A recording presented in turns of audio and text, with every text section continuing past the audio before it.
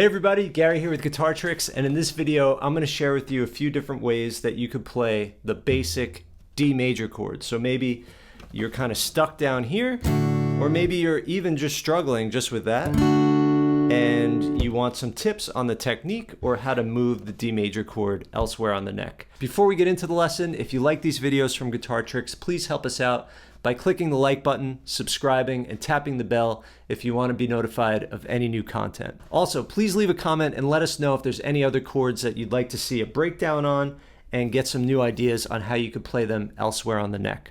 All right, let's get into it. I like to tell students with the D, it's like you're watching TV on your hand, right? So instead of like this, which we do with other chords on the D, you want it to be on an angle. And this way, when you pull your fingers in, they're all able to come close to the edge of the fret. You see, so my first finger and my second finger, they're right to the edge of the fret. They're not like that, they're like that. And then this finger just reaches in.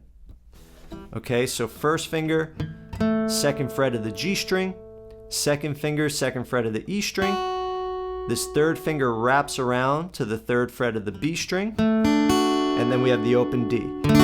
Now I also like to mute out the low E string with my thumb. And the A string sounds fine in this chord.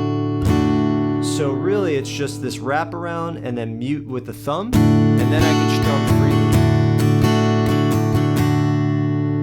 freely. Alright, now if you want to play the D chord elsewhere, sometimes you'll see it played like this, which is the C shape in caged. This would be the full shape. But you could just start on the third of the chord, 3, 5, 1, 3. And that's a nice movable shape.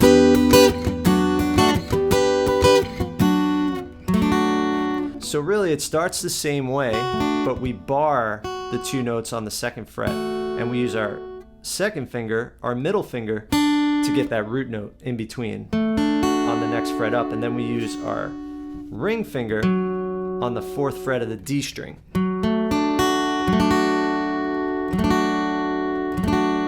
So that's the C shape. Then we have the A shape, which looks like this. I like to bar strings 2, 3, and 4 on the 7th fret and use the index on the root. Sometimes I bar with my ring finger, sometimes I bar with my pinky. And we could also play the top 4 strings like this. So sneak 3 fingers in on the same fret, on the 7th fret, and then use the index for the note on the high E string. Or just 3 strings. So that's the A shape. Then we have the G shape, which is often overlooked. But the G shape's great to play just the top few strings, like that.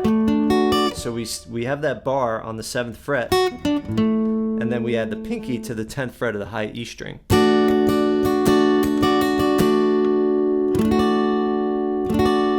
Now if you want to add like little pentatonic riffs,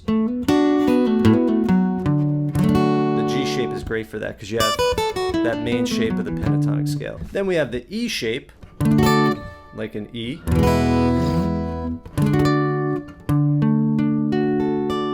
And then that's up on the 10th fret, root on the low E string, 10th fret. Then we keep our ring and pinky fingers like a unit glued together on the 12th fret of the A and D string.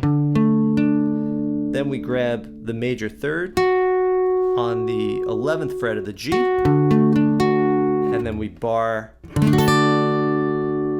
the top 2 strings, again on the 10th fret. And this one too, we can break it up into chunks, so we can just do or even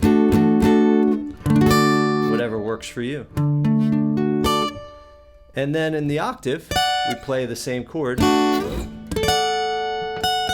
up here, and if we want to hit the root, we could do that with the index finger.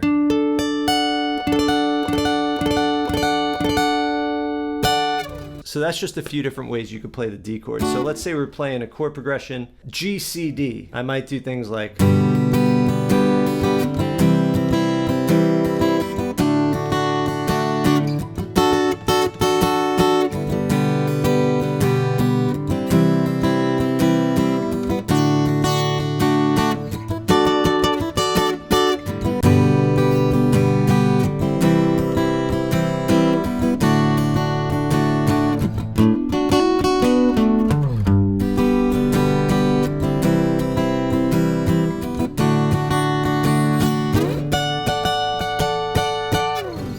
everybody. I hope you enjoyed that lesson. If you want to take a more step-by-step approach to learning guitar, head over to guitartricks.com, where there's lots of courses, thousands of song lessons with tabs, and multi-video lessons. Happy playing, have fun, and I'll see you guys in the next one.